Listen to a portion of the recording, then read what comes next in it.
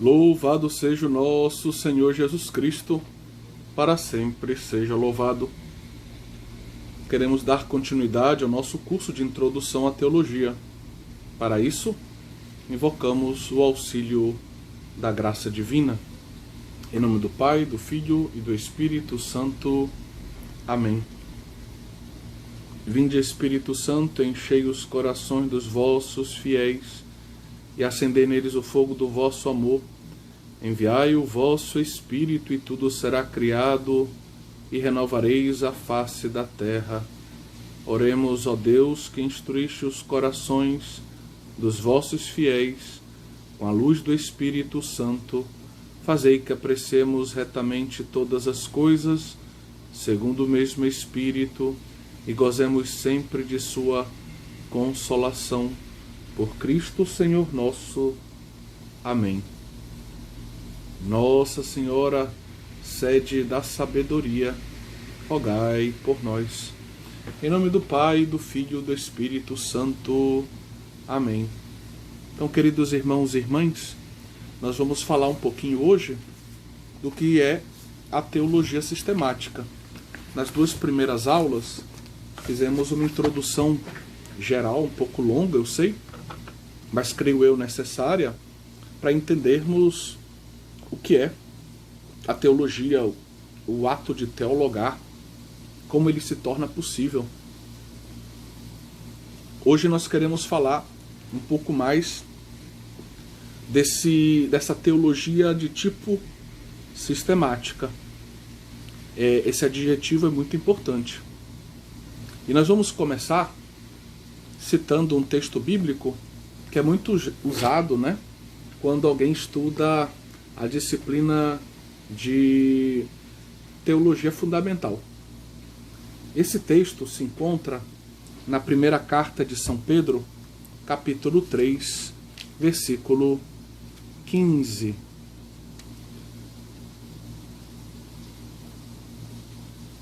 Nesse texto, o cristão é exortado a oferecer a todos aqueles que solicitam as razões da sua fé, da sua esperança.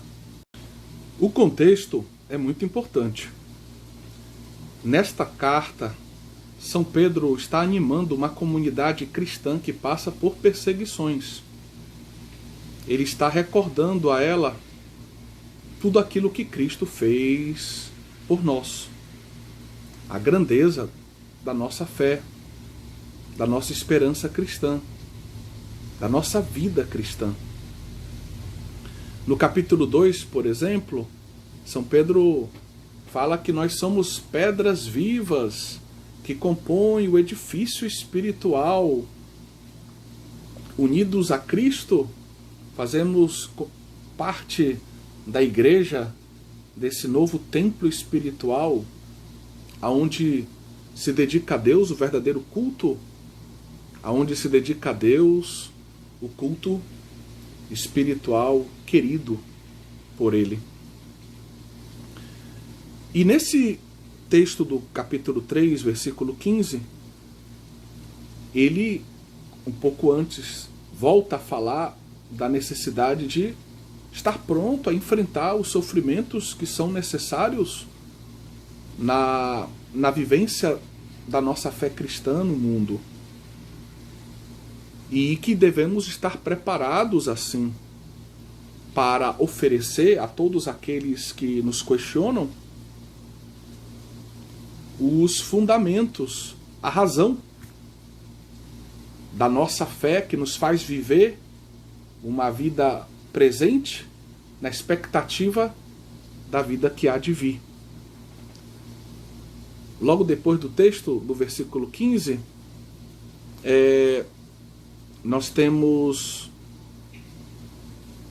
uma colocação de Pedro muito interessante, porque São Pedro convida os cristãos a darem com a sua vida um testemunho concreto de coerência, ou seja, coerência entre vida e fé, vida e esperança, e assim confundirem aqueles que mentem contra os cristãos, aqueles que tentam atacá-los, que desconsideram os cristãos, aqueles que são os seus inimigos. Então, esse texto é bastante interessante. Algumas palavras merecem ser destacadas. Por exemplo, somos chamados a santificar a Cristo como Senhor em nosso coração.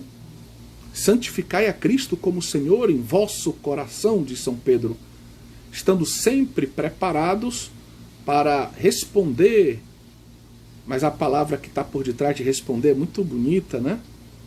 A palavra em grego é apologian. Apologian. Soa parecido com apologia, né? É, exatamente. Ou seja, defender. Apresentar razões, defender.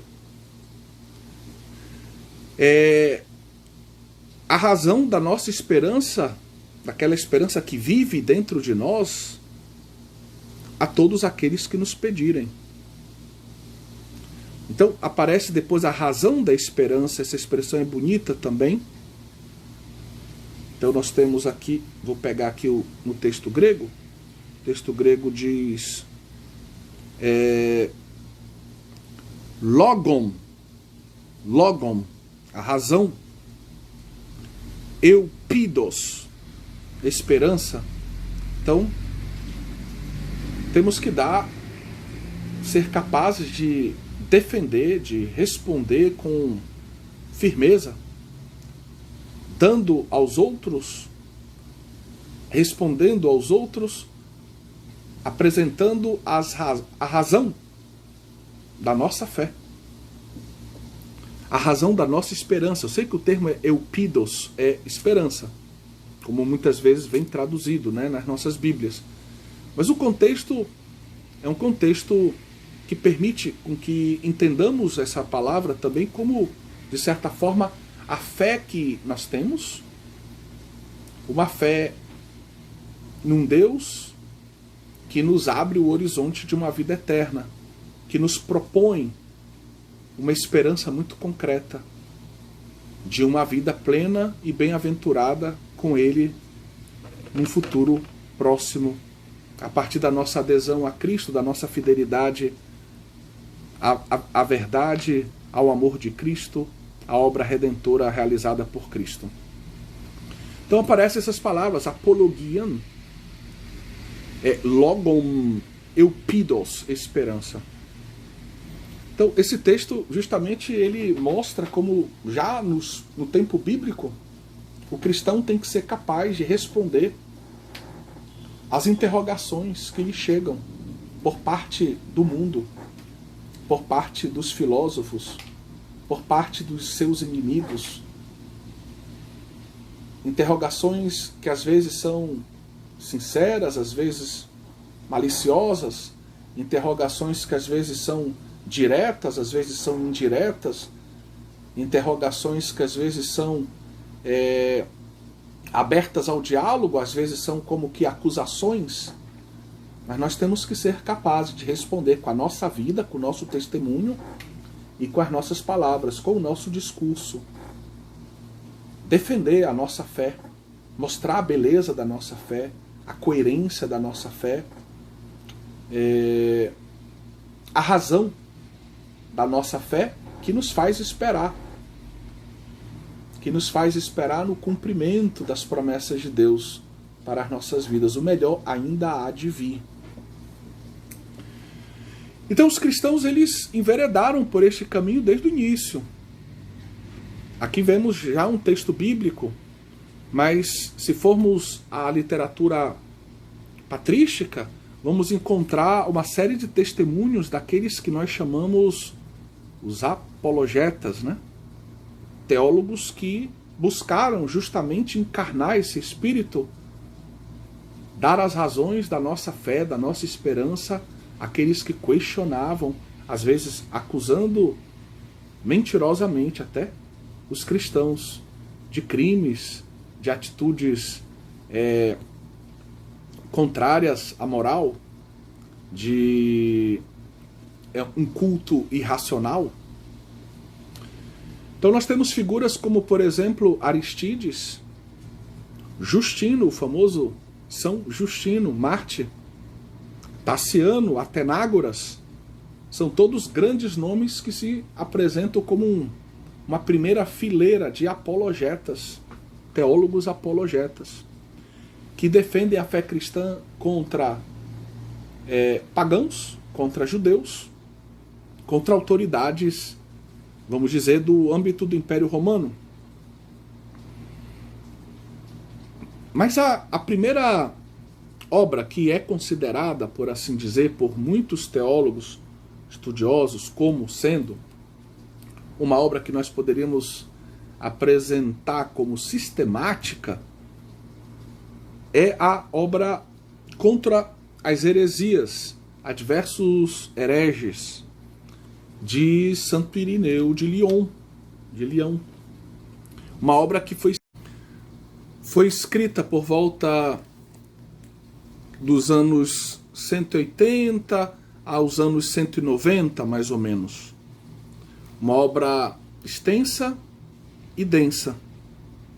Nesta obra, Irineu compara o conteúdo e a forma da fé católica com as heresias gnósticas. A heresia gnóstica nas suas diversas modalidades, né? Ele foi definido por muitos como, nós já dissemos, o fundador da teologia dogmática, graças a essa obra espetacular. Impressiona quando a gente lê esta obra a cultura bíblica que Santo Irineu tem, como ele cita com fluência o Antigo Testamento e uma série de textos do Novo Testamento. Lembremos-nos que, segundo a tradição, Santo Irineu teria sido discípulo direto de Policarpo de Esmirna, que, por sua vez, teria escutado diretamente a figura do apóstolo São João. Então, vejam que Irineu, ele vinha ali da Ásia Menor, e agora está na Gália, por assim dizer, mas ele se sente muito ligado ao apóstolo João, por meio da figura do bispo Policarpo de Esmirna, mártir também. Irineu também vai ter a graça do martírio, né? Vai receber a graça do martírio também. Ele cita textos apócrifos, ele conhece bem uma série de autores antigos, como Barnabé, Hermas, Adidaquê, Clemente Romano, Teófilo de Antioquia, Melitão de Sardes e outros. Ele também tem um grande conhecimento da literatura clássica, é um homem muito culto. Ele cita Homero, Hesíodo, Píndaro e outros. Além de ter estudado a fundo as heresias dos gnósticos. Por exemplo, os escritos de Marcião, de Valentino, de Basílides e etc. Assim como a heresia dos ebionitas, e poderíamos citar muitos outros desvios doutrinários que foram objeto do estudo de Santo Irineu.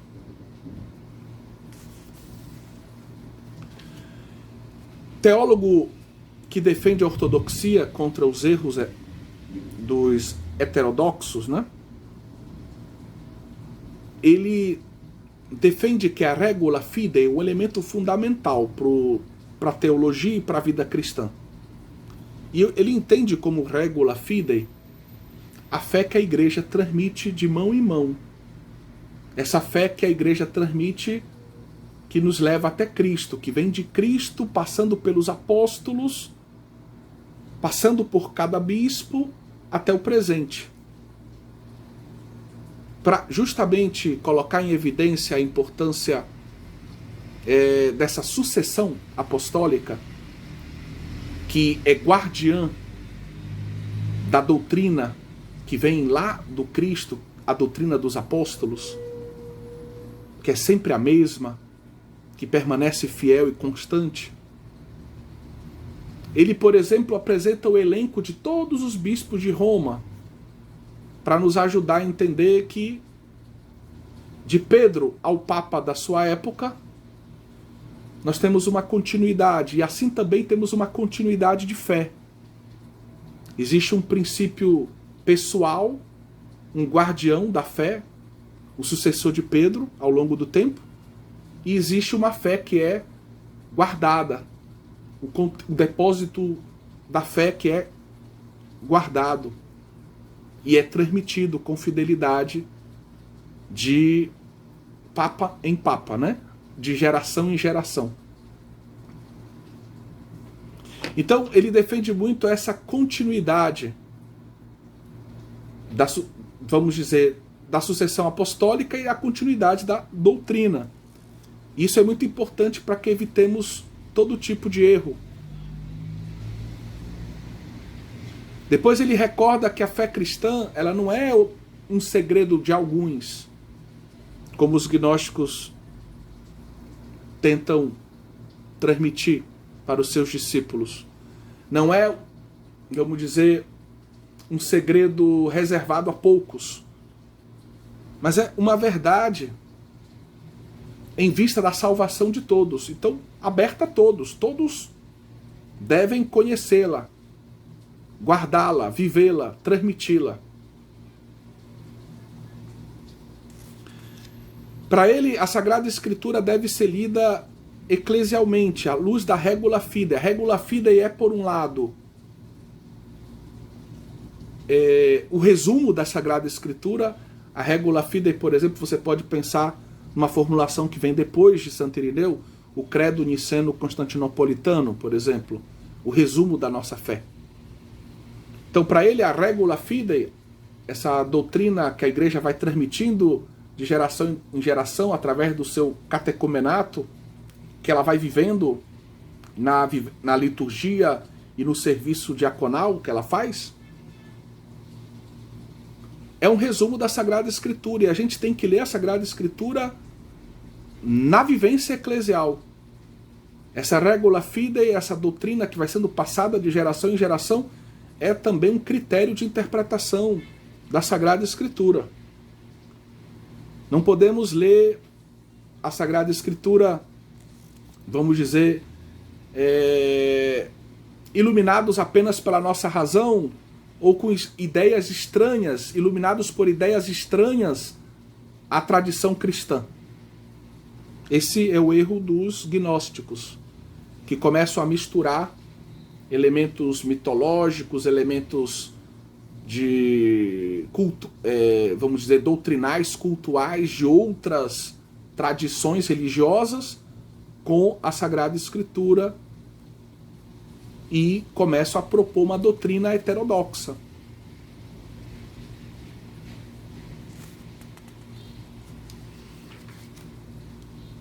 Então, ele defende a unidade dos dois testamentos contra Marcião. O Antigo e o Novo Testamento não são duas realidades que se opõem, como Marcião defendia que no Antigo Testamento nós teríamos um Deus, por assim dizer, mau, um Deus que criou a realidade material, que é negativa, o Deus da guerra, o Deus do conflito. Enquanto no Novo Testamento nós temos o Deus mais espiritual, o Deus que quer nos libertar de todo o conflito, de todo o mal, de toda a matéria, nos propondo um caminho de libertação, de salvação, de espiritualização. Não seria o mesmo Deus, não. Ele vai dizer, não, é a mesma história da salvação, diz Irineu, só que em etapas. Existe um caminho progressivo, propedêutico, que vai preparando para a plenitude da revelação. Existe uma unidade na história da salvação. É o mesmo Deus que vai se apresentando gradualmente ao homem. Não existe a maldade do mundo criado, do mundo material criado. Porque vejam, o próprio Deus se fez homem, se encarnou. A matéria não é má por natureza. E os sacramentos dizem a bondade da criação também, se coloca a serviço da obra salvífica de Deus, dos sacramentos, a água, o óleo, o pão, o vinho, produtos materiais do mundo criado, em parte também trabalhados pelo homem, claro, pensemos no pão e no vinho e no próprio óleo, mas a partir da matéria do mundo criado. E essas realidades não são negativas, impuras por natureza. Deus criou todas as coisas boas. A Eucaristia, por exemplo, serve para que Irineu fale da bondade da criação. Assim como Jesus Cristo é Deus e homem, essa unidade de Jesus Cristo diz a unidade também entre o Antigo e o Novo Testamento. Jesus não veio abolir o Antigo, mas veio levar a pleno cumprimento o Antigo Testamento, inaugurando o Novo.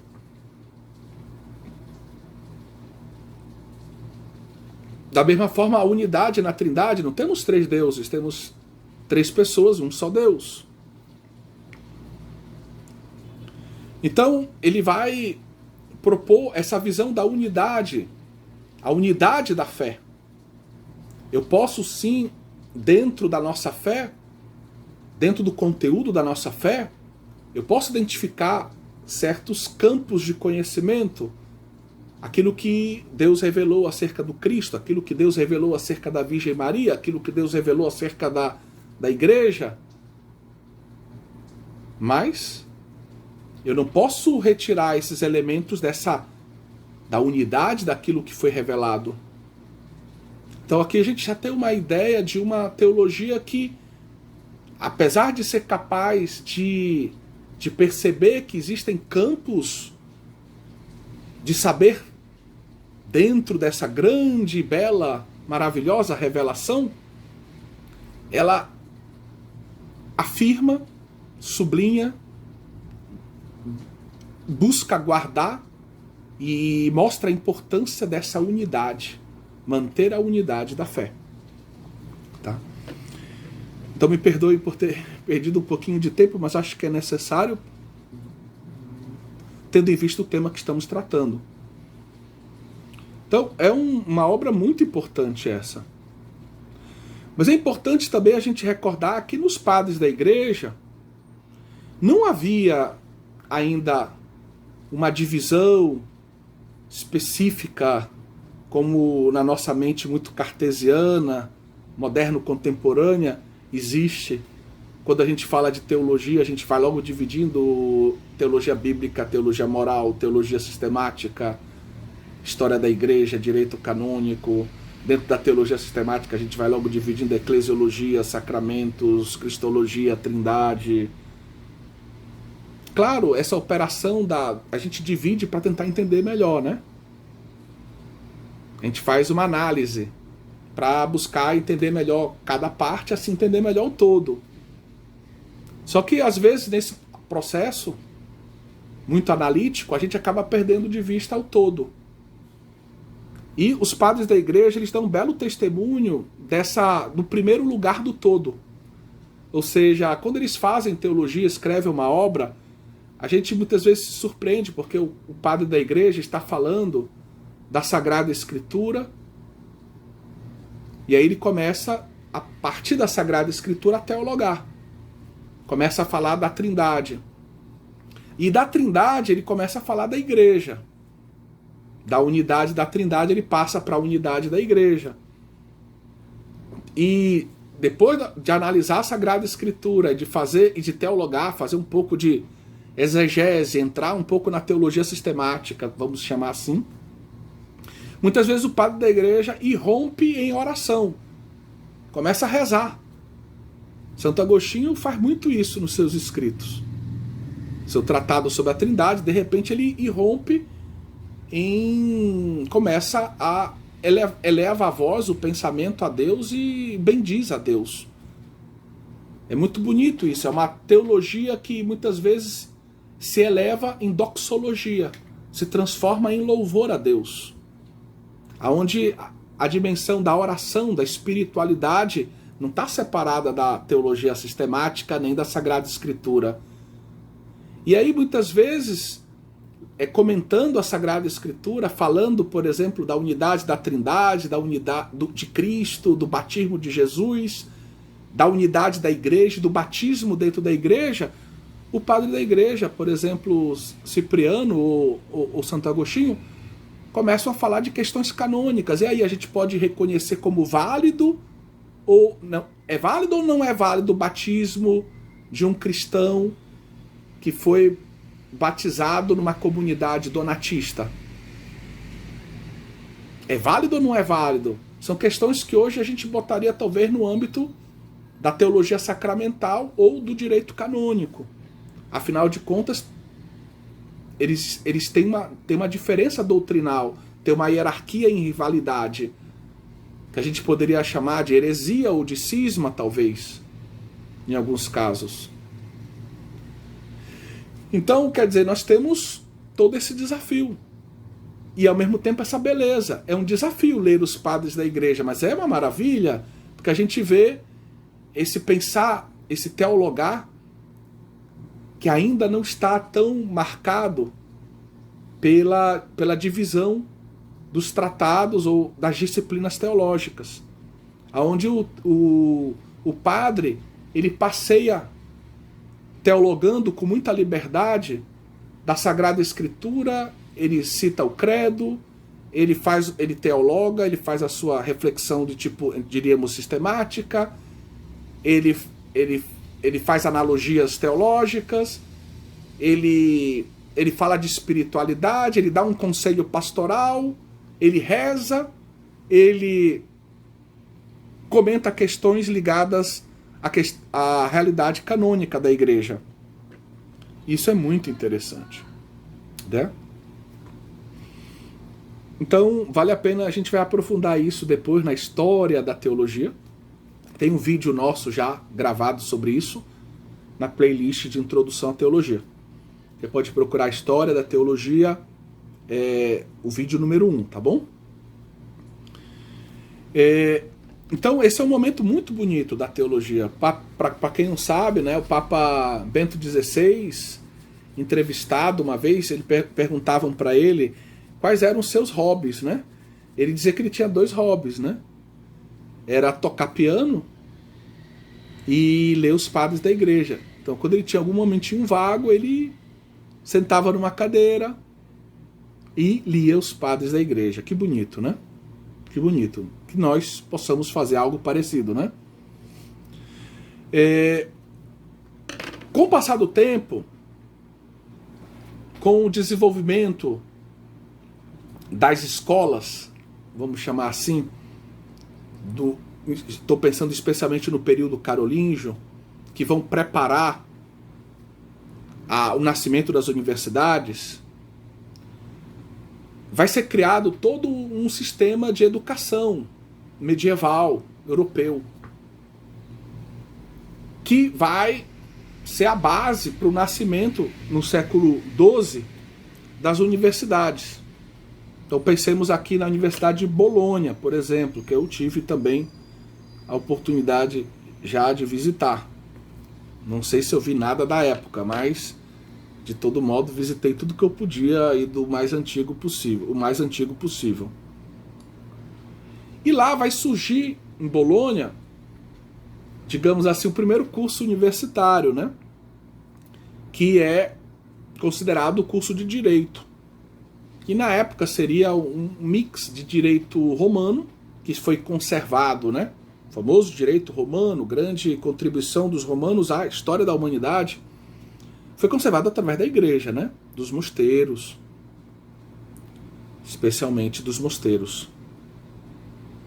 E de direito canônico, né? De coleções de bulas, de textos canônicos de papas e concílios.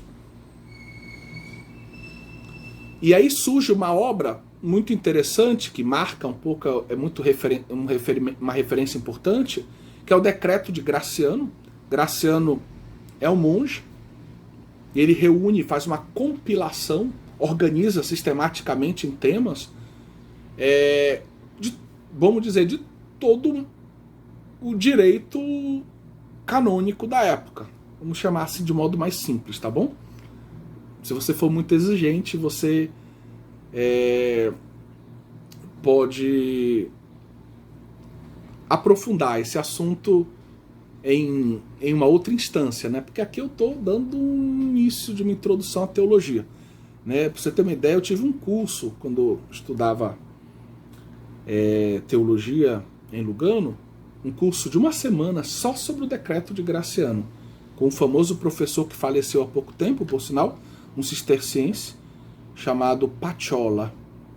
Eu soube que ele faleceu há pouco tempo, monge cisterciense que dava aula em Roma, na Lateranense, se eu não me engano, na Pontifícia Universidade Lateranense. Muito simpático. Que apresentou assim detalhes para nós durante uma semana esse texto do decreto de Graciano. Mas aqui a gente tem que andar um pouquinho mais rápido, né? Então, nesse momento, professores e alunos eles se organizam e inauguram essa grande aventura que é a Universitas, né? A universidade.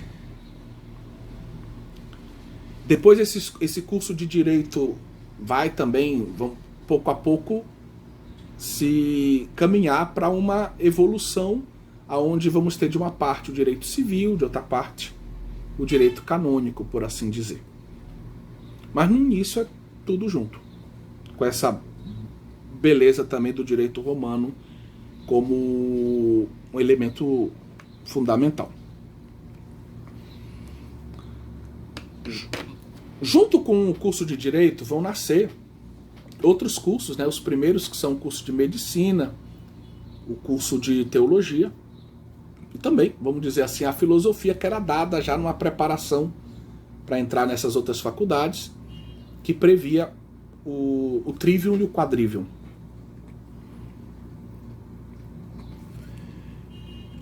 Quando surge o curso de Teologia, e aí a gente pode pensar na Universidade de Paris como uma grande referência, porque o curso de Teologia de Paris vai ser o mais assim importante da virada do século XII para o XIII, especialmente por causa de nomes como Abelardo, de Pedro Lombardo, né, de Guilherme de Champeaux, e mais tarde de Santo Tomás de Aquino, de São Boaventura. Então nós temos esse curso lá de Paris, que é um curso de referência da teologia. No século XIII é um século de ouro para a teologia. E lá, como era dado esse curso de teologia? O curso de teologia era dado, fundamentalmente, os primeiros anos, era uma espécie de bacharelado em Sagrada Escritura. Entendam que não havia ainda a tipografia, não haviam as Bíblias impressas. Raríssimos eram os que podiam contar com uma obra como a Bíblia na sua casa, né? Normalmente era uma obra que pertencia ao mosteiro, a um convento, certo? Uma biblioteca importante. Né? Mais tarde vai se tornar mais popular, porque o preço vai baixar. Tudo era manuscrito, graças à tipografia, à obra do Gutenberg, né? Mas aí nós já estamos no século XV, 1450. Então calma, não chegamos lá ainda. Então nós estamos ainda no século XIII. Então a maioria dos estudantes não tinham acesso a uma Sagrada Escritura. Então se lia. Os jovens, vamos dizer, os jovens professores, o primeiro momento da vida do professor era ser leitor de Sagrada Escritura. Então ele lia e fazia pequenos comentários. Lia e fazia pequenos comentários da Sagrada Escritura. E assim era também a formação inicial daqueles que estavam no bacharelado de teologia. Ler, digamos, em sala de aula, junto com o leitor, o mestre, certo? E esse, depois, fazia comentários importantes. Aí você tentava anotar o máximo possível dos comentários do professor. E aí que vão, por exemplo, São Tomás de Aquino vai ser o mestre de Sagrada Escritura, é aí que ele vai comentar, por exemplo, e a gente tem em português essa obra, né? a primeira e a segunda carta aos Tessalonicenses de São Paulo. Existe em língua portuguesa essa obra bilíngue, você pode procurar. Mas ele comenta o Corpus Paulino todo, ele comenta acho que a primeira obra, se eu não me engano, é o comentário sobre Isaías, que ele faz quando ele está na Alemanha, né, com Santo Alberto Magno, que levou ele para a Alemanha, depois que ele terminou uma fase dos estudos dele em Paris. Então, São Tomás de Aquino teve esse ofício. Depois, se lia e comentava, pensando no século XIII, um livro muito importante, que é do século, ainda no final do século XII, que é o livro das sentenças, os livros das sentenças de Pedro Lombardo. Pedro Lombardo também estudou em Paris, na escola de... nós podemos chamar dos Vitorinos, escola de São Vitor, fundada por Guilherme de Champeaux, e que teve como mestre, Guilherme de Champeaux depois foi nomeado bispo, amigo de São Bernardo de Claraval, mas que teve como grande mestre o famoso Hugo de São Vitor. Tem algumas obras de Hugo de São Vitor hoje traduzidas em português. Um outro personagem importante é Ricardo de São Vitor, que veio um pouquinho depois, tá? Que também tem obras dele traduzidas em português, você pode procurar. Então Pedro Lombardo foi muito provavelmente aluno de Hugo. E ele faz uma coisa extraordinária, uma espécie de suma, aonde ele consegue organizar toda a teologia em tratados, partindo da Sagrada Escritura, citando os padres da igreja e as decisões magisteriais. E esse texto vai se tornar um texto de referência para a universidade. Tanto que na época, São Tomás de Aquino, depois de ter sido leitor de Sagrada Escritura, vai ser leitor de sentença, do livro das sentenças de Pedro Lombardo. Então vai continuar a ensinar, lendo o livro de Pedro Lombardo e fazendo seus comentários. E aí vão nascer a obra Comentário das Sentenças de Pedro Lombardo, uma obra extraordinária de Santo Tomás de Aquino. Tá?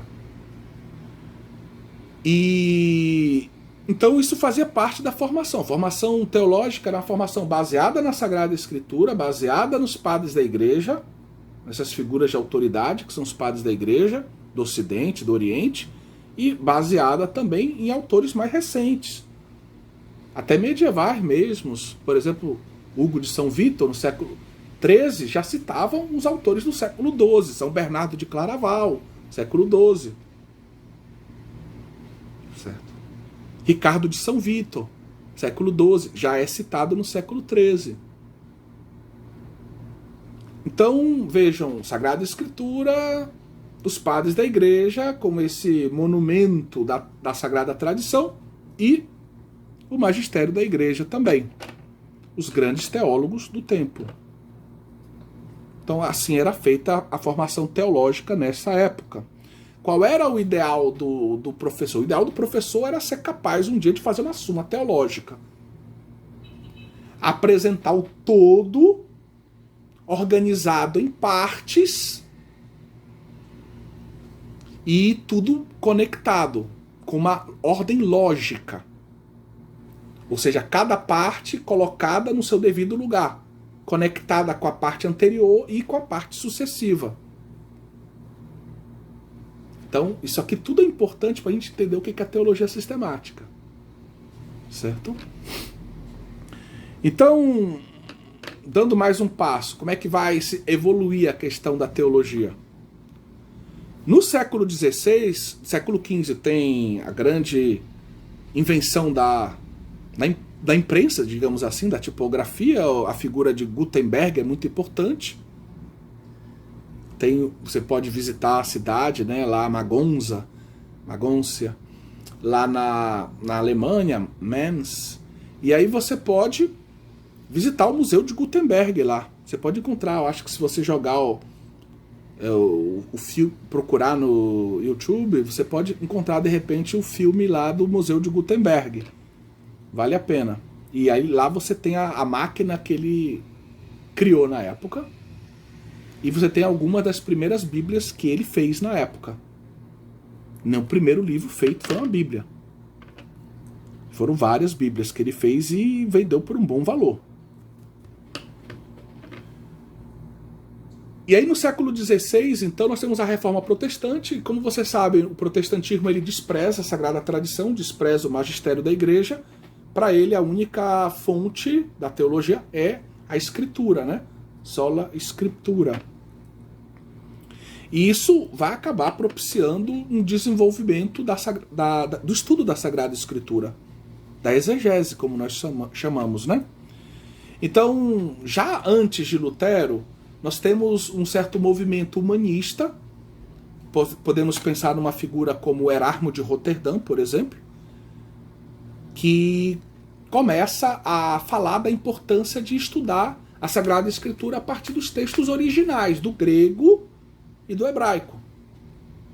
A gente poderia colocar o aramaico também, tem uma parte importante de textos escritos em aramaico, né? Mas a maior parte é grego e hebraico, né? Como a gente sabe. Então a importância de não estudar, não ler apenas a Vulgata. A Vulgata é um texto muito bacana, importante, fundamental para a teologia católica, mas também sermos capazes de aprofundar o nosso estudo dos textos sagrados a partir dos originais. Tá bom? E hoje, mais do que nunca, tendo encontrado os manuscritos de Qumran, por exemplo, textos que são da época de Jesus, a gente tem uma certeza, são os textos mais antigos da Sagrada Escritura que a gente tem hoje, especialmente do Antigo Testamento, claro. E isso é muito importante para o estudo do Antigo Testamento, né, do veterotestamentário. Então, vai evoluir a partir do século XVI o estudo do hebraico, o estudo do grego, a partir desse horizonte de reforma protestante. E a exegese vai dar passos importantes. Então, pouco a pouco, ela vai se destacar da teologia dita, vamos dizer, da teologia, que ainda não tem esse adjetivo sistemática. Tá? E então vai surgir a disciplina de exegese, a disciplina de estudo filológico dos textos. E aí o essencial para ela é o texto literal. É o texto literal. Esse texto é a base de toda a exegese. Lembro que na Idade Média, você pode encontrar isso no Catecismo da Igreja Católica, no meio dos monges, existia um estudo da exegese. Eu expliquei que existiam comentários bíblicos, né? São Tomás faz os seus comentários bíblicos também. Ele não desconhece também o grego, por exemplo. Ele tem o auxílio de dominicanos que traduzem, inclusive, Aristóteles do grego para o latim para ele. Então, ele tem instrumentos para estudar os originais. Mas no mundo medieval existia um adágio, vamos chamar assim, que tenta mostrar, a partir da tradição monástica, os 4 sentidos da Sagrada Escritura. A gente vai falar disso mais adiante no nosso curso, tá? Possivelmente na próxima aula. Em latim se diria litera gesta docet, quid credas, alegoria, moralis, quid agas, quo tendas, anagogia. Então, aqui se apresentam os 4 sentidos da Sagrada Escritura: o sentido literal, o sentido alegórico, o sentido moral, o sentido anagógico. O sentido literal, litera gesta docet, ele nos ensina aquilo que aconteceu, o fato histórico, vamos dizer assim. O sentido alegórico nos ensina aquilo em que devemos crer. Qual é o objeto da nossa fé a partir daquilo que foi realizado. Que um homem morreu numa cruz, do seu lado saiu água e sangue, esse homem foi chamado de Salvador. Eu devo crer. Então, aqui primeiro tem o aspecto histórico, depois o literal. Depois, no que eu devo crer? Eu devo crer que esse homem, por tudo que eu li no Evangelho, é o Filho de Deus. E ele morrendo numa cruz, ele morreu pelos nossos pecados, para a nossa salvação. E eu posso crer também que o batismo e a Eucaristia derivam diretamente do água e sangue, diretamente da sua morte na cruz. Os sacramentos derivam da sua oferta de vida. Tá?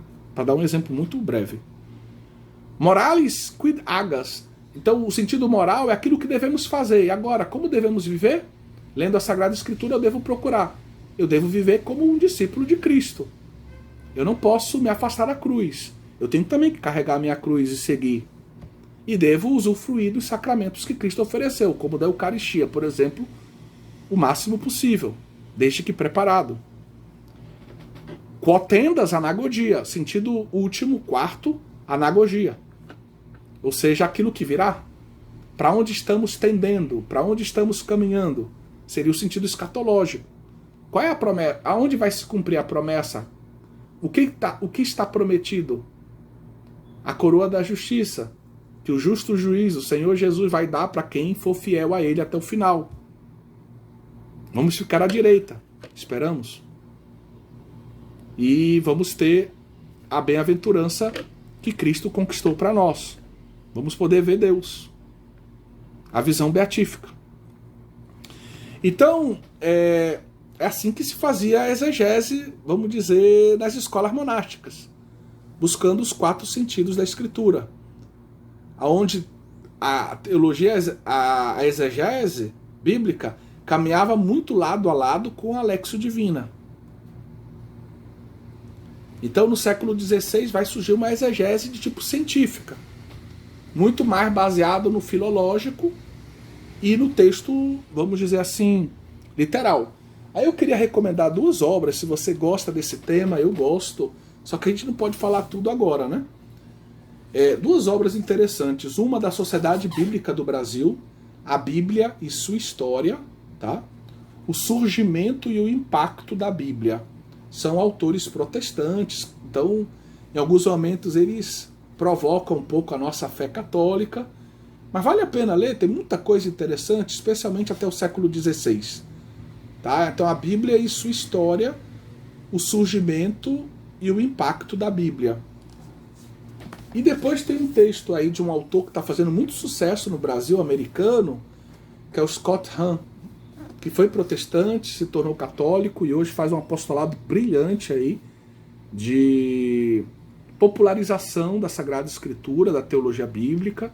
E essa bela obra da editora Eclésia aqui, eu espero que tenha continuação, Politização da Bíblia, as raízes do método histórico crítico e a secularização da Escritura, principalmente aí a partir do ano 1300 até o ano 1700. É um grande perigo a gente instrumentalizar a Bíblia, politizando-a para a direita ou para a esquerda, né? Então a exegese, a partir desse momento, do século XVI, XVII, vai ser a base da teologia protestante. Então os cursos de teologia protestante vão ser fundamentalmente, inicialmente, cursos de exegese, né? Com muita importância para a filologia, por isso muito estudo das línguas bíblicas e com muita atenção ao sentido literal. Também ali, da virada do 16 para o 17, vai surgir um pouco a disciplina História da Igreja. Desenvolve-se um pouco a ideia da historiografia, dentro de um ambiente mais científico. Não é que os padres da igreja não tivessem uma preocupação com a história da igreja, né? Basta lembrar aí de Eusébio de Cesareia, a história eclesiástica, e outros autores que foram, podemos assim dizer, historiadores no âmbito da patrística, né? Do período patrístico. Mas agora a preocupação é mais científica. E aí vai surgir um pouco aquilo que nós chamamos hoje de uma história da igreja. A história da igreja, se eu pudesse definir de um modo muito simples para vocês, é simples porque é introdução à teologia, né? Seria um um misto entre história e teologia. Por quê? Porque nós vamos fazer a história da igreja não é apenas contar a história de uma sociedade qualquer, meramente material, ocupando um lugar no tempo e no espaço. Sendo a igreja quem ela é, com a visão teológica que a gente deve ter de igreja, na história da igreja a gente tem que tentar também ver a mão de Deus, a providência divina. Muitas vezes os homens levam para o lado e o Espírito Santo leva para o outro. Então as principais reformas da igreja não vêm de decisões políticas e sociais e democráticas, mas as principais reformas são espirituais. E se a gente faz uma mera historiografia, a gente não é capaz de colher isso. Então a gente tem que ter um olhar teológico. É uma leitura histórico-teológica. Para a gente poder colher a providência de Deus, as permissões divinas, como Deus vai livrando a igreja de erros maiores, permite certas coisas, promove reforma, não às vezes tanto a partir de decisões de cima para baixo, mas a partir de movimentos de reforma espiritual. Vou dar um exemplo.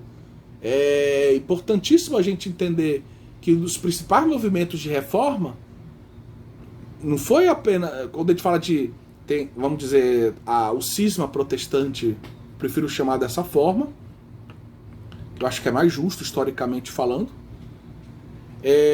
A reforma católica, a reação dos católicos, não é só o Concílio de Trento. O Concílio de Trento, o Papa, os bispos se reúnem para dar uma resposta necessária. Eles estão também iluminados pelo Espírito Santo, né? Mas o Espírito Santo ele trabalha também na igreja como se fosse a alma da igreja, teologia, isso. E por isso ele suscita movimentos de reforma espiritual, como por exemplo uma monja em Ávila, Teresa, que vai reformar o Carmelo, e o impacto que isso vai ter no mundo inteiro. O ramo masculino também, né, com São João da Cruz. E pega vamos dizer assim, um membro da baixa nobreza basca, Inácio de Loyola, ferido numa batalha, transforma ele numa seta, num santo, que vai estudar teologia e de Salamanca vai parar em Paris, e de Paris vai parar na Itália e vai fundar os jesuítas com um grupo de amigos que ele conheceu em Paris, onde ele fez os primeiros votos. É extraordinária essa história. E o papel que eles vão ter não é programado pelos homens isso, não é uma política de reforma feita em gabinete, em escritório. É uma obra do Espírito Santo. Então, estudar a história da igreja exige um olhar teológico. Certo? Bem, no século 17, 18, vai surgir nesse período entre o século 17 e 18, vai surgir também uma certa noção de uma distinção entre teologia, vamos dizer assim, teórica, dogmática, e teologia prática. Certo? E aí você tem que lembrar também que aí a gente tem já a figura com a filosofia de Kant, essa ideia vai se firmar, né? Porque Kant vai fazer a distinção entre razão teórica e razão prática, e isso vai acabar influenciando no mundo alemão a fundamentação dessa ideia de uma teologia teórica, dogmática e uma teologia prática, certo? Não quero entrar muito em detalhes aqui, que senão a gente ia ter que perder bastante tempo para explicar isso. O fato é que no meados do século XVII, nós temos um teólogo luterano chamado Georg Calixte, eu acho, com X, que muito provavelmente é ele, pelo que eu li numa obra do Michael Schulz, um professor alemão de Bonn, foi professor de teologia, hoje eu acho que ele dá aula de filosofia. Foi meu professor. Tá? bom? Ele escreveu um pequeno livro contando a história da teologia dogmática. Então esse autor provavelmente foi o primeiro que apresentou como disciplina autônoma e distinta da teologia moral aquilo que nós chamamos de teologia dogmática. Então ele distingue, claro, teologia dogmática para um lado, teologia moral, prática, para o outro lado. Então, na teologia prática, a teologia moral era, vamos dizer, a moral era elemento fundamental. Certo? Era a disciplina central da teologia prática. Então, hoje, em algumas faculdades, existe essa visão de teologia prática. Às vezes eles botam teologia pastoral, às vezes eles botam catequese, às vezes eles colocam a moral, certo? E outras disciplinas, liturgia. Então, seriam, dependendo da faculdade, disciplinas que ficariam no âmbito da teologia prática. Não é que elas não tenham um aspecto teórico, também tem uma base teórica, tá? Mas enquanto a teologia dogmática, bíblica, essas ficariam na parte consideradas como partes mais teóricas. Então, o século XVII vai nascer essa ideia de uma teologia prática, e aí o núcleo dessa teologia prática é o que nós chamamos hoje de teologia moral. E aí, claro, se a teologia prática vai para um lado e a teologia moral é, vamos dizer, a disciplina central da teologia prática, aí nós temos destacada dela a teologia dogmática. No século XIX, e aí, bom, tudo aqui é resumo, né? Eu não posso aprofundar tudo, né? Mas certamente no curso de Teologia Fundamental você vai poder aprofundar isso. Vai surgir aquilo que nós chamamos de apologética. Dentro de um contexto, por um lado, não é que apologética não houvesse apologética na patrística. Temos os apologetas na patrística. Sempre foi uma dimensão da teologia apologética. Mas vai surgir a disciplina apologética agora. Tá? Da mesma forma, no período pós-tridentino, tem uma dimensão fortemente apologética, os tratados teológicos pós-tridentinos. Vamos pensar aqui no São Roberto Bellarmino, jesuíta, cardeal e doutor da igreja. Então as obras dele estão sendo traduzidas agora para o português, certo?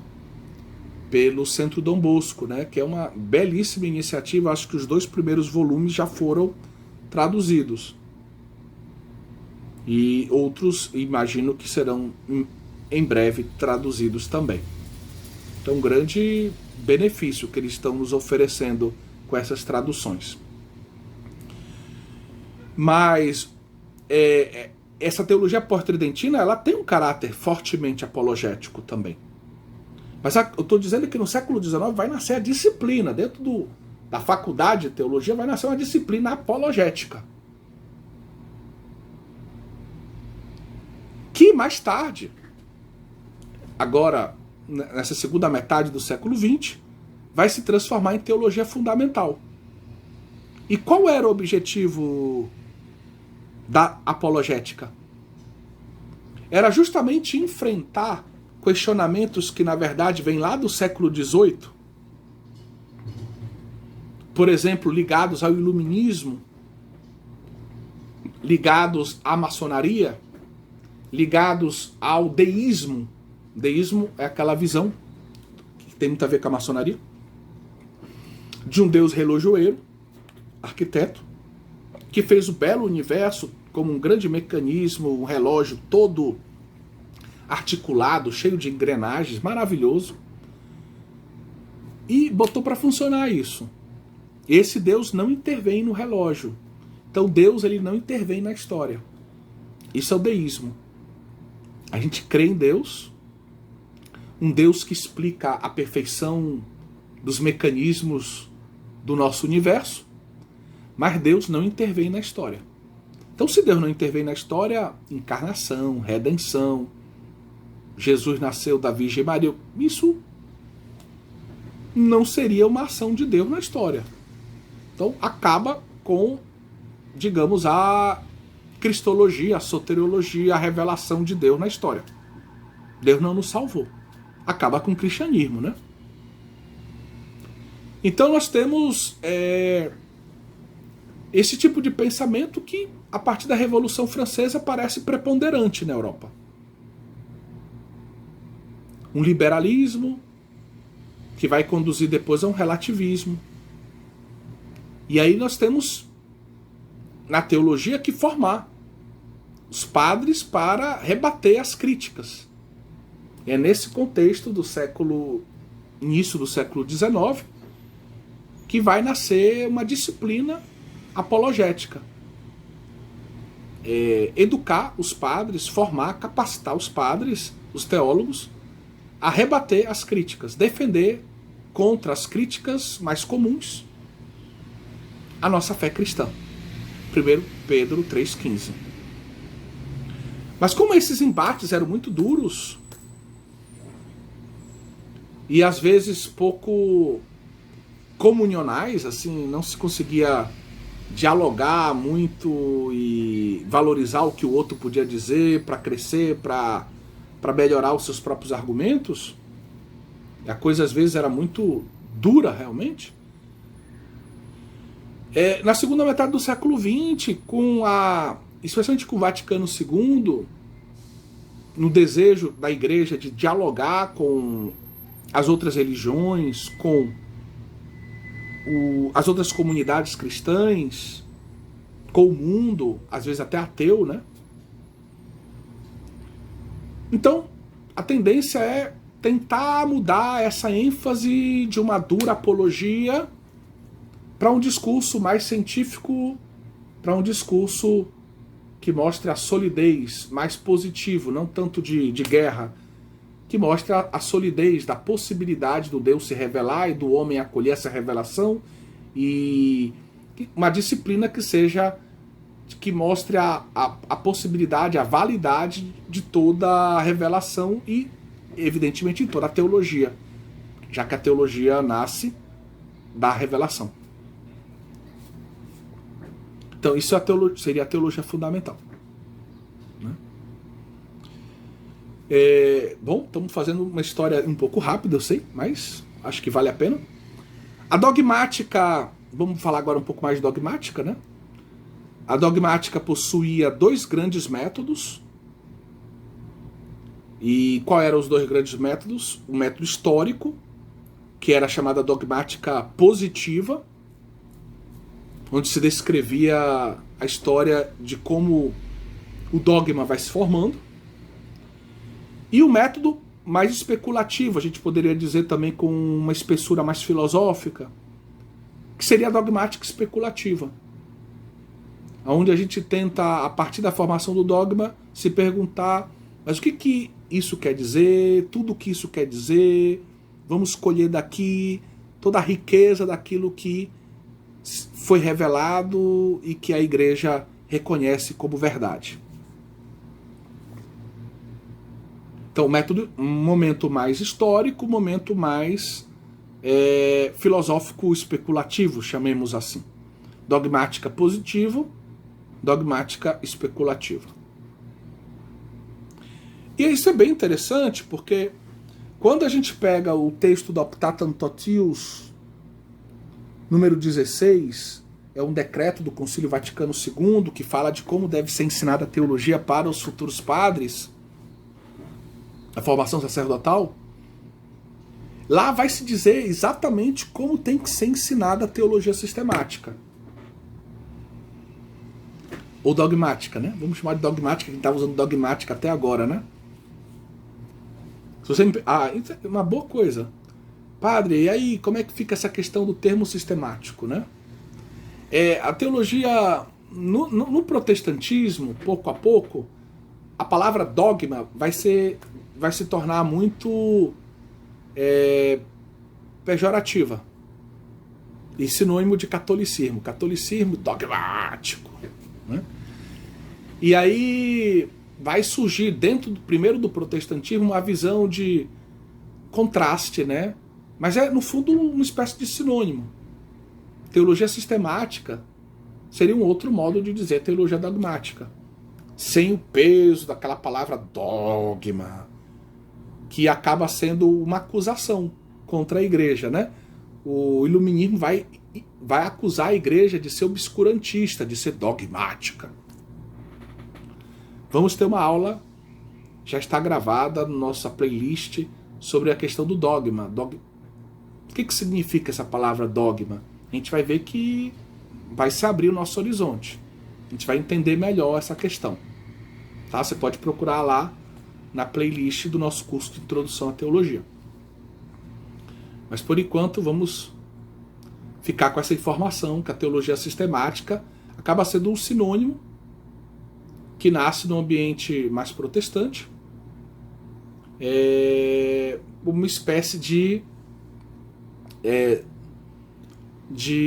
contraste um pouquinho com aquela visão do catolicismo como uma religião mais pesada, mais dogmática, né? E a ideia de dogma muito ligada à ideia de Santo Padre, do Papa, de concílio, e o protestantismo livre do magistério, né? E mais entregue à livre interpretação, se apresenta mais como uma teologia mais sistemática, onde a minha razão tem mais liberdade, né? Não fica tão presa nos dogmas. Espero que vocês tenham entendido também isso. Mas voltemos para o texto do decreto sobre a formação sacerdotal, número 16. Vamos ler esse texto, que vale a pena. A teologia dogmática ordene-se de tal forma que os temas bíblicos se proponham em primeiro lugar. Ou seja, a teologia dogmática ela deve partir do tema do fundamento bíblico. Por exemplo, se eu vou dar um curso de cristologia, Bíblia tem que partir da cristologia bíblica. Antigo e Novo Testamento, porque Bíblia é Antigo e Novo Testamento. Ah, mas não tem Cristo no Antigo, mas tem uma preparação. Então, se você pegar a nossa playlist de aulas sobre cristologia, você vai ver que tem aulas sobre cristologia no Antigo Testamento. É a preparação veterotestamentária para o ápice da revelação em Cristo Jesus. Existe uma expectativa pelo Messias, pelo Cristo que há de vir, que é muito interessante, complexa e interessante no Antigo Testamento. Então, em primeiro lugar, os fundamentos bíblicos, em primeiro lugar. E aí a gente lembra na Dei Verbum, que é a Constituição sobre a Revelação Divina, sempre do Concílio Vaticano II, que se diz que a Bíblia, a Sagrada Escritura, deve ser como a alma da teologia. A alma dá forma à nossa teologia. É bonito isso. E verdadeiro. Depois dos fundamentos bíblicos, exponha-se aos alunos o contributo dos padres da Igreja Oriental e Ocidental para a interpretação e transmissão fiel de cada uma das verdades da revelação.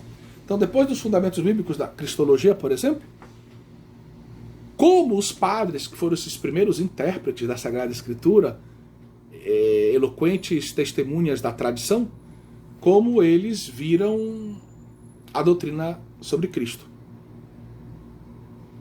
E aí eu tenho que lembrar, como João Paulo II recordou várias vezes, que a igreja deve respirar com os dois pulmões, Ocidente e Oriente. Então é muito bom, na hora de falar dos padres da igreja, a gente distinguir padres do Oriente, padres do Ocidente, ou então a cada século. Século II, um padre do Oriente, 2 padres do Ocidente. Século III, 2 padres do Oriente, 2 padres do Ocidente. De modo que a gente tenha sempre a visão do Oriente e do Ocidente ao longo desse percurso histórico patrístico. E aí a gente já está nos padres da igreja naquilo que a gente chama de história da teologia. Na história da teologia a gente tem a tradição. Os padres da igreja são o primeiro grande referência dessa tradição, Sagrada Tradição, que é uma fonte da teologia junto com a Sagrada Escritura. Mas nós também temos já os primeiros concílios.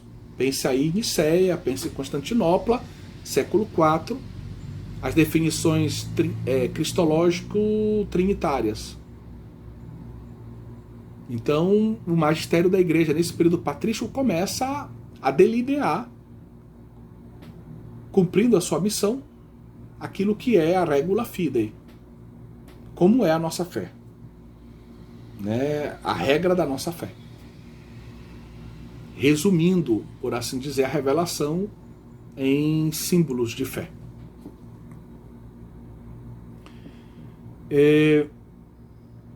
Depois, o texto continua, bem como a história posterior do dogma, tendo em conta a sua relação com a história geral da igreja. Mas eu não posso parar nos padres da igreja, nem pular dos padres da igreja para o Vaticano II, como alguns autores hoje fazem. Simplesmente pulam. Sei lá, se você pensar em São João Damasceno, século VIII, no Oriente, ou Isidoro de Sevilha, século VII, no Ocidente, talvez sejam os nomes que concluem a patrística oriental e ocidental, você não pode pular do século VII ou VIII para a segunda metade do século XX. Porque simplesmente você tem aí 13 séculos entre uma coisa e outra. E tem uma história aí no meio. E tem muita coisa boa. Doutores da Igreja, São Tomás de Aquino, Concílio de Trento, Concílio de Florença, Segundo Concílio de Lyon. Tem muita coisa importante. Então você não pode jogar isso tudo fora. Então você tem que estudar toda a história da teologia. A história sucessiva aos padres da igreja. Claro, talvez não dê tempo de estudar tudo, mas você pode escolher os principais nomes. Alguns nomes da escolástica, alguns nomes da teologia pós-tridentina.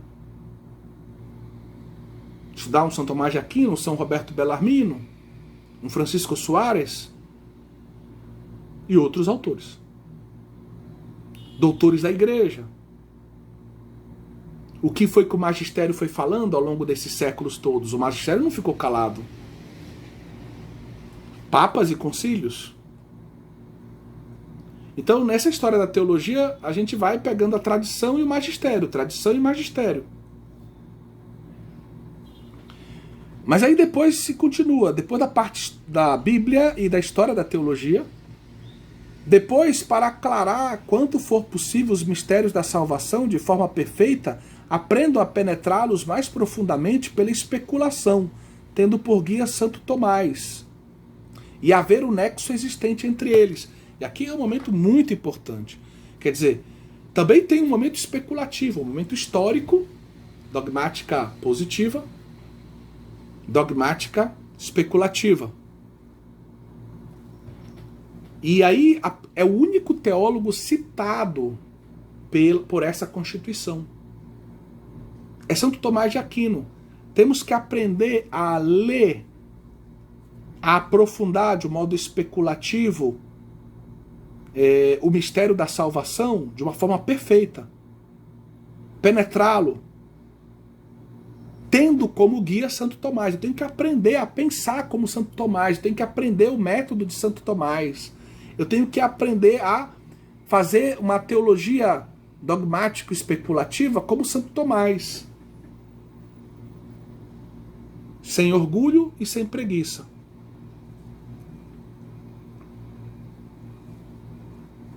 E aí, vendo todo as partes e a conexão entre elas. Ver o nexo existente entre os mistérios da salvação. Então os mistérios estão conectados. Existem nexos existentes entre eles, conexões. Guarde essa ideia. Nós vamos aproveitar daqui a pouco na conclusão dessa aula. Tá?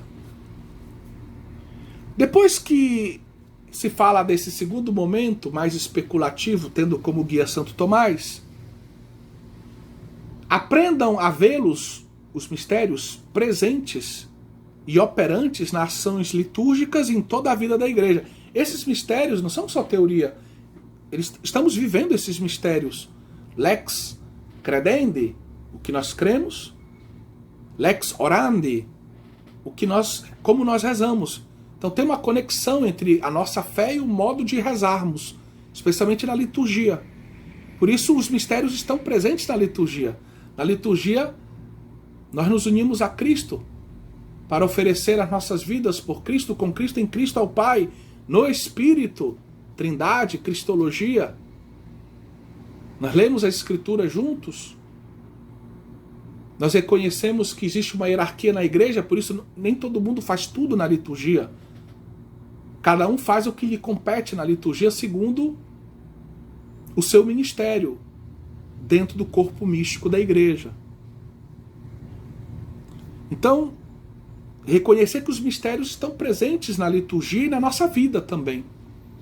Aprender a rezar e a viver a nossa vida iluminados, fortificados por esses mistérios.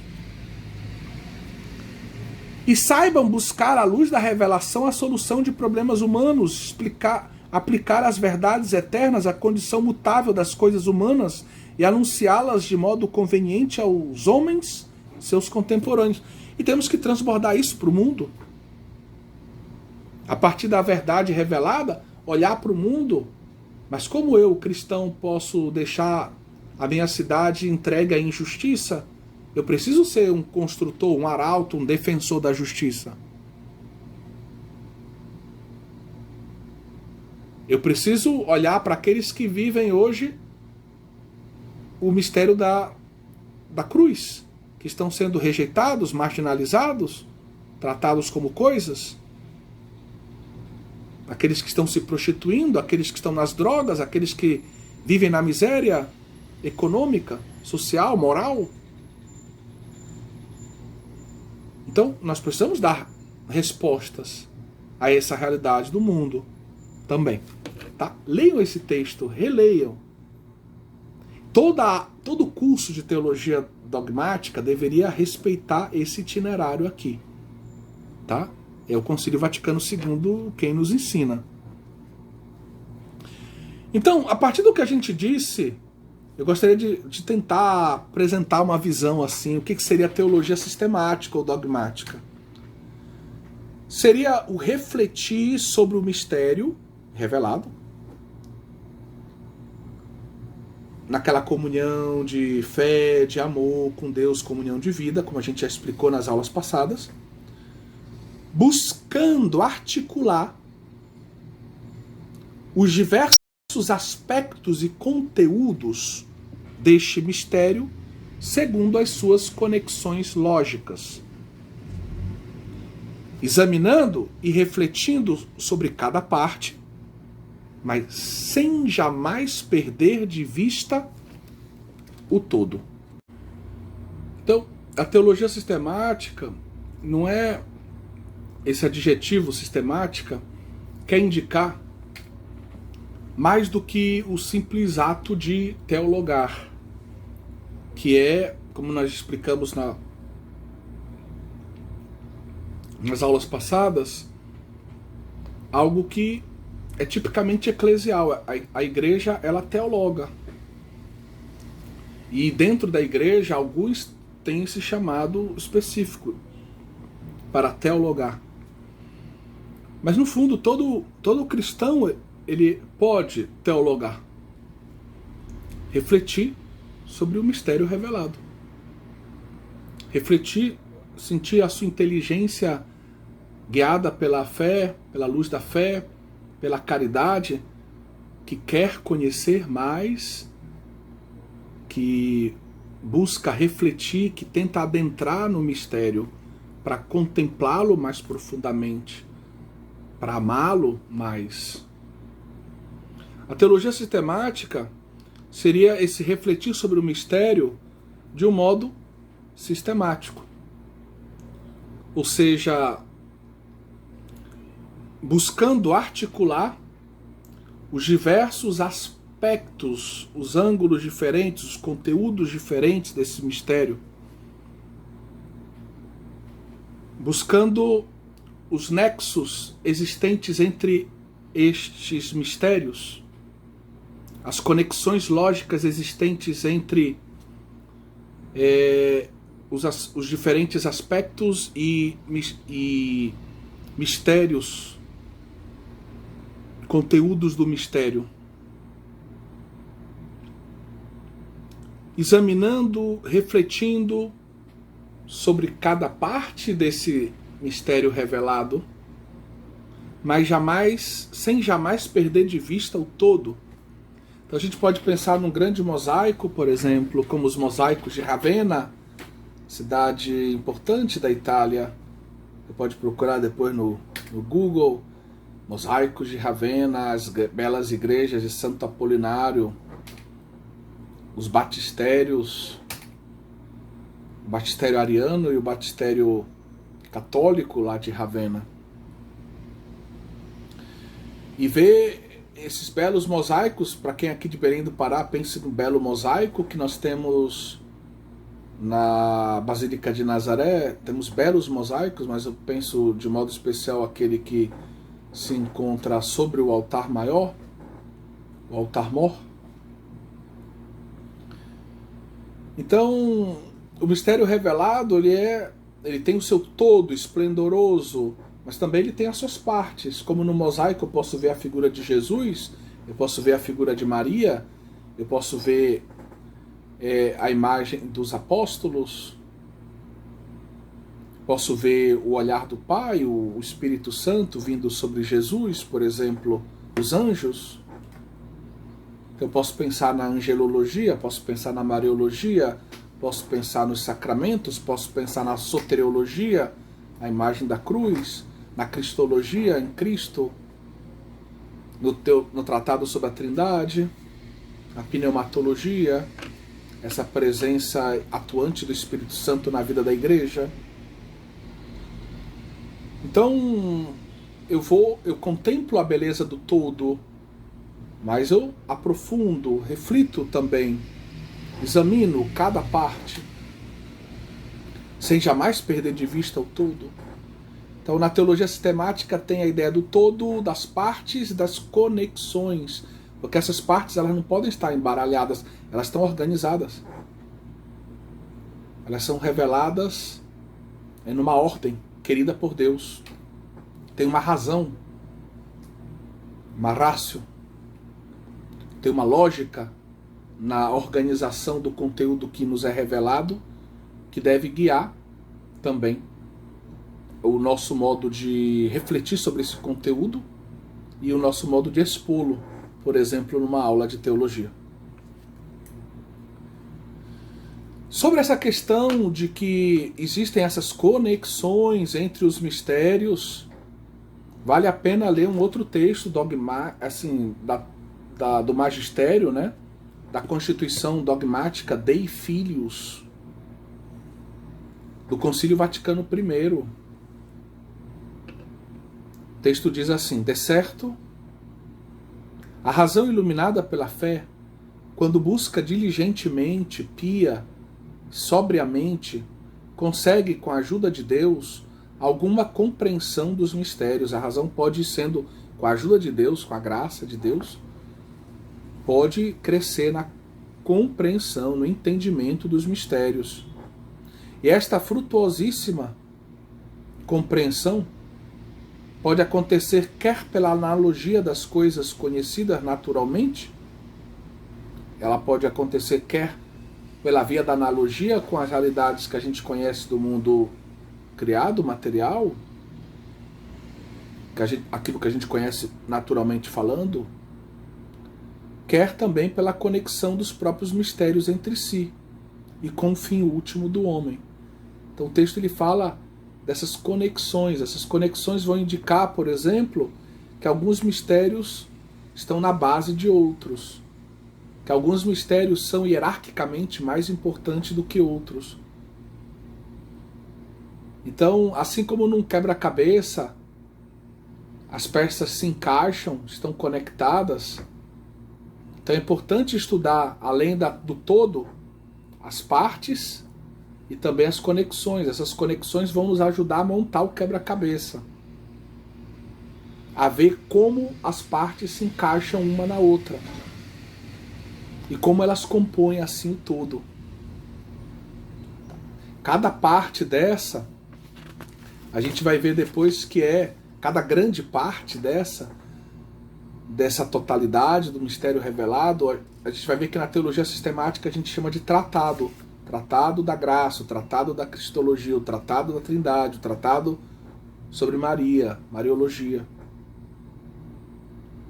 Só que cada tratado também, ao estudar uma parte, eu vou ver que tem várias verdades. Por exemplo, na Mariologia, eu vou encontrar várias verdades que eu posso deduzir da Sagrada Escritura, da Sagrada Tradição sobre Maria.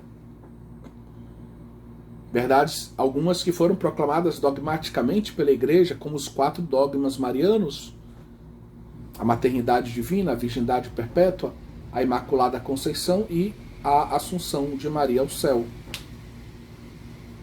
E esses 4 dogmas e as outras verdades sobre a Virgem Maria, que ela é medianeira, por exemplo, medianeira das graças, tudo isso está conectado, que ela é rainha do céu e da terra, tudo está conectado. Então tem uma conexão entre a Assunção e ser rainha do céu e da terra. Rainha do céu e da terra e ser mãe de Jesus.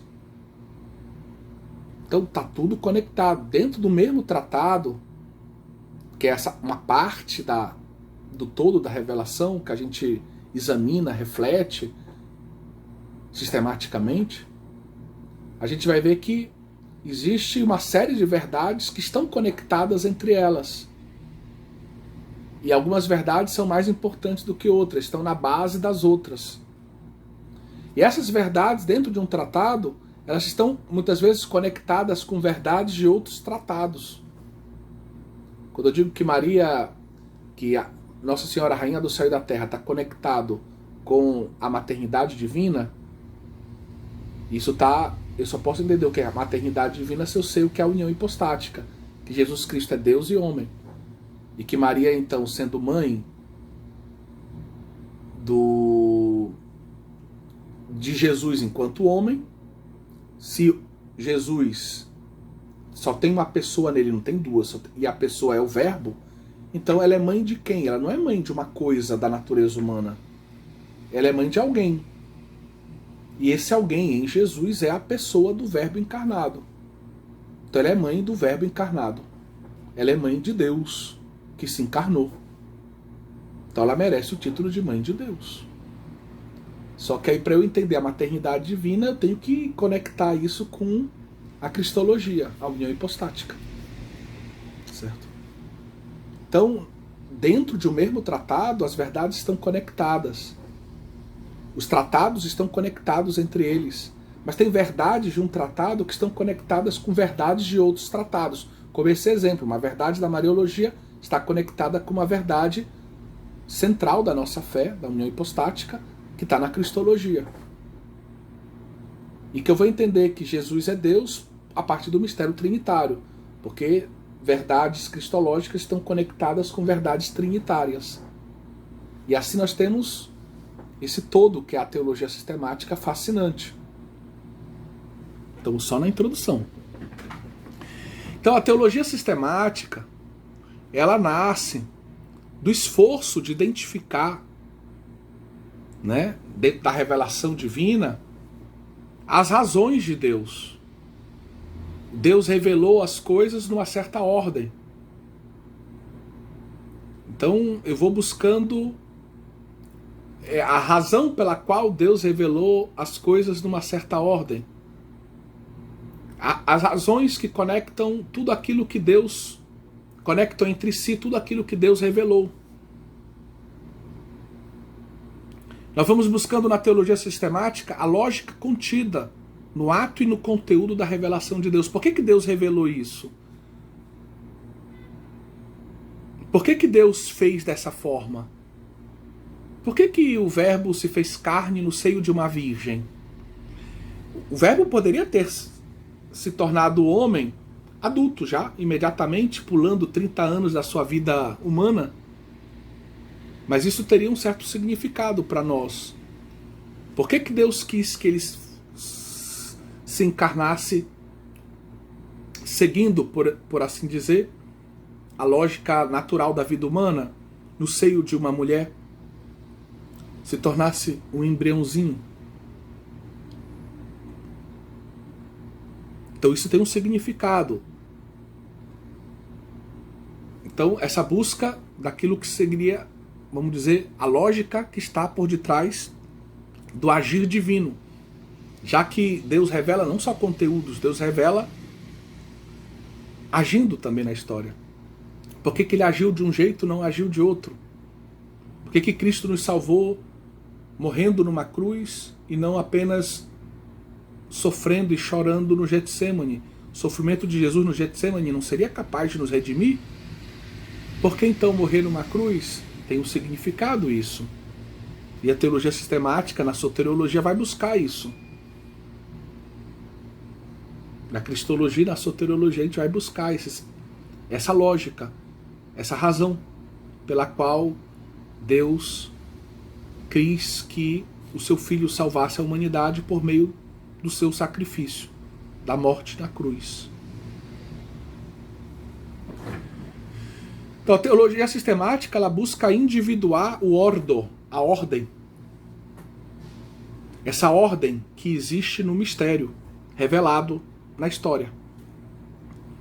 Examinando e refletindo sobre cada momento dessa revelação, sobre cada aspecto, cada conteúdo desse mistério.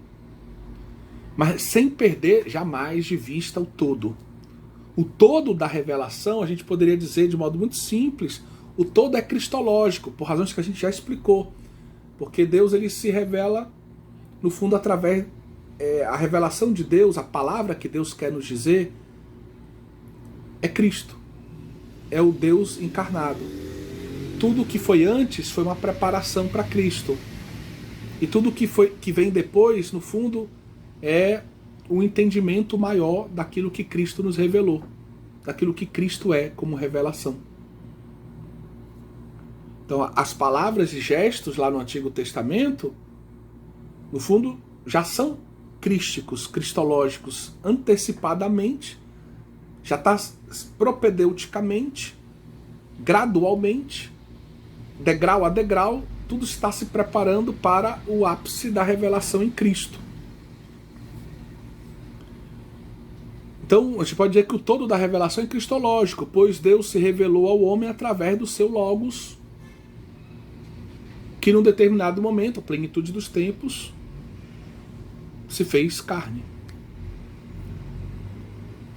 Tendo que a palavra sistema, se você for examinar isso em outros campos, ele sugere um conjunto de elementos que são... Os elementos podem ser entendidos separadamente, mas que na medida que fazem parte de um sistema, eles são interdependentes, de modo que eles formam um todo organizado. A teologia sistemática tem essa ideia de um todo organizado, que você tem que entender essa ordem. E são um conjunto de elementos interdependentes, que estão conectados. A teologia sistemática se interessa por essas conexões, essa interdependência entre os elementos que compõem o sistema. Sistema, o todo, os elementos, as partes e a interdependência, as conexões. E tem uma ordem em tudo isso. Então tudo isso nos ajuda a entender melhor o que é a teologia sistemática. E o sistema normalmente ele tem uma sinergia, né? Uma boa integração para o funcionamento dele. O caminho da reflexão parte da Sagrada Escritura, a gente já disse isso, que é como a alma da teologia. Ele percorre então a história da teologia, valoriza bastante os padres da Igreja, do Ocidente e do Oriente, como a gente leu em Epitatum Totius 16, mas se interessa por toda a história da teologia, acolhendo assim a palavra do magistério e também dos principais doutores da Igreja, principais teólogos. Depois tem um momento especulativo, que deve ser guiado por São Tomás. Depois temos que conectar tudo que a gente estuda com a Lex Orandi, como nós rezamos na liturgia, com a nossa vida, com a moral, e dar respostas ao mundo que espera pela manifestação dos filhos de Deus. A gente pode dizer que a teologia, já que você entendeu, espero que toda revelação é cristológica, que toda teologia é cristológica ou crística. Cristo, ele é a palavra, o Logos que o Pai quis dirigir ao homem. Então, refletir sobre a revelação é refletir, no fundo, sobre Cristo. Sobre o Logos, que se encarnou. Refletir sobre o mistério revelado é refletir sobre o Logos, que na plenitude dos tempos se encarnou. Isso é teologia sistemática. E é claro que é a partir do Cristo que a gente sobe na direção da Trindade, porque como é que nós soubemos que Deus é Trindade? Porque o Verbo se encarnou e nos disse que ele foi enviado pelo Pai e que a gente deveria ficar em Jerusalém esperando a promessa, o Espírito Santo que viria. Então, é a partir de Cristo que, de certa forma, a gente sobe na direção da teologia trinitária, mesmo que Cristo já seja a segunda pessoa da Trindade que se encarnou. Então, esses dois são os dois tratados principais da teologia sistemática. É a teologia trinitária e a cristologia. São talvez os mais difíceis também para estudar. Mas, na minha opinião, são maravilhosos e são fascinantes. É extremamente gratificante estudar esses tratados e ensiná-los. A partir de Cristo também a gente pode entender os demais tratados. Por exemplo, o que é antropologia teológica? Antropologia teológica é refletir sobre o homem à luz da teologia. Quem é o homem? Criado por Deus e redimido por Deus. A Constituição Gaudium et Spes, Alegria e Esperança, do Concílio Vaticano II, no número 22, nos diz algo muito bonito. Nos diz que é Cristo quem revela ao homem a sua própria identidade. Cristo revela ao mesmo tempo Deus e o homem ao homem. Sendo Deus, ele revela Deus ao homem. Sendo o homem perfeito, o novo Adão, ele revela o homem ao homem. Ou seja, qual é o projeto de Deus acerca do homem para o homem. Então, meus queridos, a antropologia teológica, no fundo, ela precisa da luz cristológica. Como também a eclesiologia precisa da luz cristológica. Não existe igreja sem Cristo. Quem fundou a igreja? Cristo. Quem é a cabeça da igreja? Cristo. Quem morreu para que a igreja nascesse? Cristo. Quem está presente na igreja e garante o cumprimento da missão salvífica da igreja? Cristo. Então não dá para você fazer uma eclesiologia que não seja a luz do Cristo, a luz da cristologia. A eclesiologia, de certa forma, é subordinada à cristologia. Tá? Isso é muito importante. E assim por diante, né? E nós vamos tratar desse assunto na próxima aula, tá bom?